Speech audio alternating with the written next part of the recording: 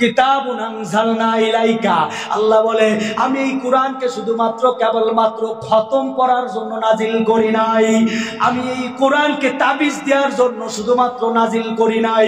আরে কথা বলেন ঠিক কিনা? আজকে দেখবেন যে মানুষ মারা গেলেই হ্যাঁ হাফেজ সাহেবেরা কোরআন খতম অবশ্যই পড়বে, পড়াতে হবে। দেখবেন কিছু মহিলারাও আছে এক জায়গায় ঘরের ভিতরে বসে এরকম করে তেলাওয়াত করে, মা বোনেরা আছে না নাই? আবার দেখবেন এই কোরআন দিয়ে শুধু তাবিজ আর তাবিজ, এইরকমও আছে না নাই? আমার কথা, সমস্যা নাই, কোরআন খতমও পড়তে হবে, তাবিজও কোরআন দিয়ে দেওয়া যাবে। তবে এখানে শুধু কোরআন আল্লাহ নাজিল করেছে তাবিজ দেওয়ার জন্য নয়, খতম করার জন্য নয়। তাহলে কেন আল্লাহ কোরআন নাজিল করলেন? আল্লাহ বললে তো খরিজান নাসা মিনাজ যুলুমাতি ইলান নূর। ভালোভাবে বুঝবেন, মানুষকে অন্ধকারের পথ থেকে আলোর পথে ফিরিয়ে আনার জন্য, জাহান্নামের পথ থেকে জান্নাতের পথে, সিরাতাল মুস্তাকিমের পথে পরিচালিত করার জন্য আল্লাহ রাব্বুল আলামিন কোরআনুল কারীম নাজিল করেছে। কোরআন নাজিল করেছেন কে? আরো জোরে, ইন্না নাহনু নাযালনা যিকরা ওয়া ইন্না লাহু লাহাফিজুন। 30 পারা কোরআন নাজিল করেছেন আল্লাহ। এই কোরআনের হেফাজতের দায়িত্ব নিয়েছেন কে? আজকে কি মাদ্রাসার কয়জন ছাত্র হাফেজ হয়েছে হুজুর? আলহামদুলিল্লাহ বলেন। আরে আলহামদুলিল্লাহ আওয়াজ কমে গেল কেন? জোরে বলেন না আলহামদুলিল্লাহ। 2 জন কোরআনের হাফেজ হয়েছে।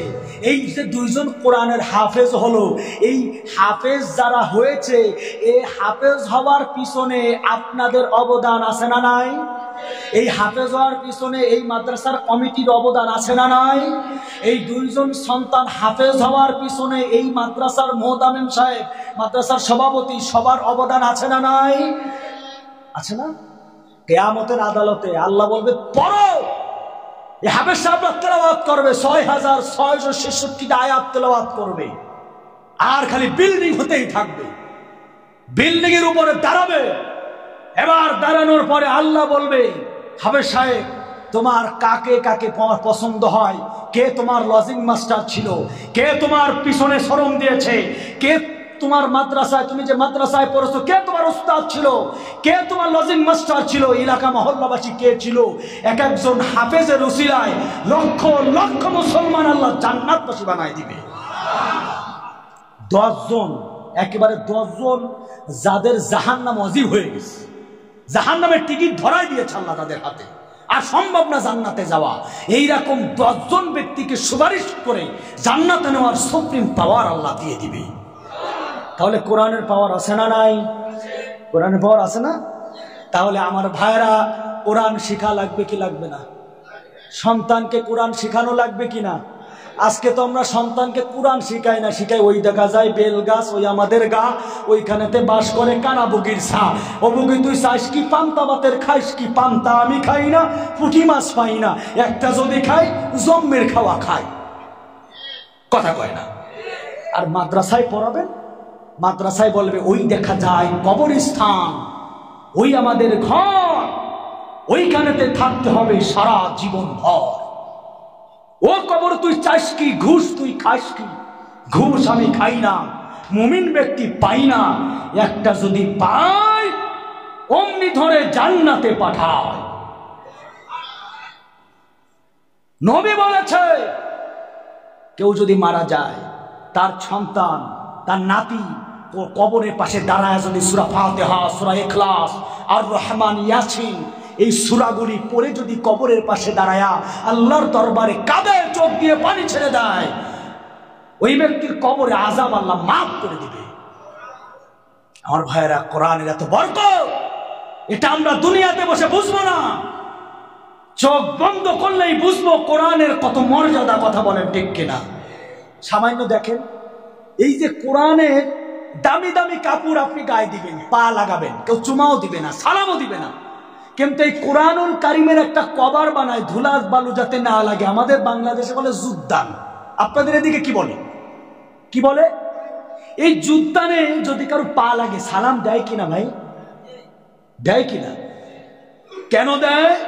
যেটা কোরআনের কভার হয়েছে, যার কারণে এই সামান্য পলেস্টার কম দামি 20 টাকার কাপড়ে এত দাম হয়েছে যে একজন কোটি কোটি টাকার মালিকও ওই জুদ্দানটাকে যদি এদিক সেদিক হয় বা পায়ে পায়ে লেগে যায় অমনি ধরে চোখে মুখে চুমা দেয়। কথা বলেন ঠিক কিনা? তা আমরা যদি কোরআনের কভার হতে পারি আল্লাহ আমাদেরকে জান্নাত দিতে পারবে না? মুসলমান, ওই এক বাবা কুরবানি দিয়েছে, দুটি সন্তান, এক ছেলে মাদ্রাসায় পড়ে আর এক ছেলে স্কুলে পড়ে। এইবার কুরবানির যে চামড়া হয়, দুই ভাই এসে বাবাকে বলছে, স্কুলে যে পড়ে সেও বলছে বাবা আমাকে কুরবানির চামড়াটা দিবা, আর যে মাদ্রাসায় পড়ে সেও বলছে কুরবানির চামড়াটা আমাকে দিবা। এটা চাঁদন তো। এবার বাবা পড়েছে বিপদে যে চামড়া নিয়ে এত টানাটানি কেন, দুই ভাগ করে দুই ভাইকে দিয়ে দিয়েছে। কথা কি বোঝা যায়? দুই ভাইকে অর্ধেক অর্ধেক দিয়ে দিয়েছে। এইবার যে স্কুলে পড়ে সে মুসির দোকানে যেয়ে বলছে কাকা আমাকে ভালো দেখে একটা ফুটবল বানায় দেন। চামড়া দিয়ে কি বানাবে? আরে কথা কয় না, কি বল? ফুটবল মনে হয় সবাই চুমা দেয়। ফুটবল কি সবাই চুমা দেয় না লাথি দেয়? বুড়া মানুষও ফুটবল দেখলে কয় ও দাদা ফুটবলটা দাও, ও হাত দিয়ে না ধরে লাথি একটা মারে। ফুটবল লাথি খায় যেখানেই যায়, যত দামি হোক। ফুটবল একটা বানাইছে চামড়া দিয়া, নরম না শক্ত। এইবার সকালবেলায় বাবা ঘুম থেকে উঠেছে, ঘুম থেকে কয়ে কি বানায় এনেছো? কয় আব্বা আমি একটা ফুটবল বানায় এনেছি দেখো। বাবা তো বোঝে নাই, চামড়ার ফুটবল নিয়ে লাথি একটা মেরেছে, পায়ের বুড়ো আঙ্গুলের সারি উঠে গেছে, নখ একটা উঠে গেছে। বাবাকে হ্যাঁ বেটা কি বানায় নিয়ে আসছো? আমার তো পায়ের আঙ্গুলের সারি নাই। এইবার মাদ্রাসার যেই ছেলে সে চলে গিয়েছে ওই মুসির কাছে যে বলছে চাচা আপনি এই কুরবানির চামড়া দিয়ে কোরআনুল কারীমের জুদ্দান বানিয়ে দেন। আরো জোরে কন্যা সুবহানাল্লাহ। ভালোভাবে বুঝবেন, কোরআনুল কারীমের কভার বানিয়ে দেন। গরুর চামড়া দিয়া কভার বানিয়েছে, তার ভিতরে আল্লাহ পাকের কোরআন একটা ঢুকাইছে। বাবার কাছে নিয়ে গিয়েছে, বাবা বলছে তুমি কি বানায় এনেছো দেখে আমার কাছে দাও। বলছে না বাবা এটা তো তোমার কাছে এমনি দেওয়া যাবে না, তুমি আগে যাও উজু করে আসো, নামাজ পড়ে আসো, তারপরে তুমি ধরবা। কারণ এই কভার হতে পারে চামড়ার, কিন্তু কোরআনের কভার হওয়ার কারণে এর দাম কোরআনের দাম হয়ে গেছে। আরো জোরে কন্যা সুবহানাল্লাহ। এই জন্য যুবক ভাইরা, মুমিনের দ্বিতীয় নাম্বার কোয়ালিটি হলো যাদাতুহুম ঈমানা তুলিয়াত আলাইহিম আয়াতুহু যাদাতুহুম ঈমানা। এই কোরআন আল্লাহ রাব্বুল আলামিন, দেখুন এই পৃথিবীতে মানুষের চাইতে শক্তিশালী বস্তু আছে না নাই? ভালোভাবে বুঝবেন, এই পৃথিবীতে মানুষের চাইতে শক্তিশালী বস্তু আছে না নাই? আসমান জমিন, চন্দ্র সূর্য গ্রহ উপগ্রহ নক্ষত্র নেবুলা ছায়াপথ আরশ কুরসি লৌহ কলম, কারোর উপরে আল্লাহ কোরআন নাজিল করলো না। এই মানুষের উপরে আল্লাহ কোরআন নাজিল করলো, আমার নবীর উপরে আল্লাহ রাব্বুল আলামিন কোরআন নাজিল করেছেন। এর মধ্যে রহস্য আছে না নাই? আমার ভাইরা, রূহের জগতে আল্লাহ রাব্বুল আলামিন বলেছিলেন আলাস্তু বিরাব্বিকুম, ও আমার বান্দা আমি কি তোমাদের রব হতে পেরেছি? আমি কি তোমাদের প্রভু হতে পেরেছি? আমরা বলেছিলাম বালা। ও আমাদের প্রভু, তুমি আমাদের রব, তুমি তো আমাদের আল্লাহ। আল্লাহ রাব্বুল আলামিন খুশি হয়ে বলল বান্দা তোমরা আমাকে রব বলে মেনে নিয়েছো, ও বান্দা তোমরা আমাকে প্রভু বলে মেনে নিয়েছো। শুনে নাও বান্দা, শুনে নাও, আমি তোমাদের মাথার ব্রেনের মধ্যে এত জায়গা করে দিলাম রে বান্দা, আমার আমানত, আমার ভাষা 30 পারা কোরআন মুখস্থ করে পৃথিবীর জমিনের উপর দিয়ে হেঁটে বেড়াবে। 100 টাকা ভার ওজন তোমাদের অনুভব হবে না। আমি আলোচনাটা কেন করলাম? এই মাদ্রাসার আজকে 2 জন কোরআনের হাফেজ হয়েছে। 30 পারা কোরআনের এত ওজন, লাউ আনজালনা হাযাল কোরআন আলা জাবালিন লারাইতাহু খাশিআম মুতাসাদ্দিআন মিন খাশিয়াতিল্লাহ। This is the revolution the book Al Quran in which there is no doubt from the Lord of the world. চিৎকার মেরে বলে আল্লাহু আকবার। আল্লাহ বলেছে আমি কোরআনকে যদি পাহাড়ের উপর অবতীর্ণ করতাম তাহলে তোমরা তা দেখতে আল্লাহর ভয় নত হয়ে বিদীর্ণ হয়ে গিয়েছে। আমি সমস্ত দৃষ্টান্ত মানুষের জন্য দিয়েছি যাতে মানুষ চিন্তা করে যে 11 বছরের একটা বাচ্চা এ 30 পারা কোরআন মুখস্থ করে পৃথিবীর জমিনের উপর দিয়ে হেঁটে বেড়াবে, 100 টাকা ভার ওজন তাদের অনুভব হবে না।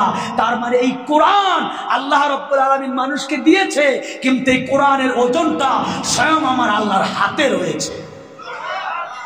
দেখবেন আপনার সঙ্গে আপনার সন্তান বাজারে গিয়েছে, এই যুবক, আরে বুঝলাম না উঠা শুরু হয়েছে, বয়ান শুরু করতে পারলাম না, উঠা শুরু হয়েছে, একেবারে উঠা উঠে যাবে না। আপনাদের কষ্ট হচ্ছে ভাইজান, কষ্ট শুরু হয়নি এখন।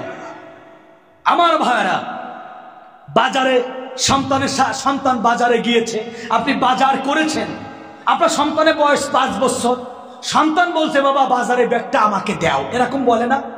কথা কয় না। ছেলে বলে না বাবা বাজারে ব্যাগটা আমাকে দাও আমি নিয়ে যাব? আসলে বাবা জানে এই ব্যাগটা যদি ওর মাথায় উঠাই দিই ওর হাঁটতে পারবে না। বাবা কি করে, বলে নে ধর। ব্যাগের আনটা থাকে কার হাতে? বাবার হাতে। আর ব্যাগটা সন্তানের মাথায় এরকম দিয়ে বাবা হাঁটে। ও তো 2 হাতে ধরে নিচ থেকে চিন্তা করে বাজারে ব্যাগ নিছি আমি মাথায়, কিন্তু আসলে ওজনটা কার হাতে? বাবার হাতে।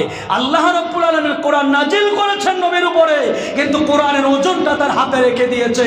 যারা এই কোরআনের কবর হবে, কোরআনকে যারা মানবে, তারা উমরের মতো, আবু বকরের মতো, বেলালের মতো সফল হবে। আল্লাহ কবুল করুন, সকলে বলি আমিন। আসল মুমিনের 3য় নাম্বার কোয়ালিটি সম্পর্কে আমরা বয়ান করব। আল্লাহ রাব্বুল আলামিন মুমিনের 3য় নাম্বার কোয়ালিটি সম্পর্কে বলেন, وعلى ربهم يتوكلون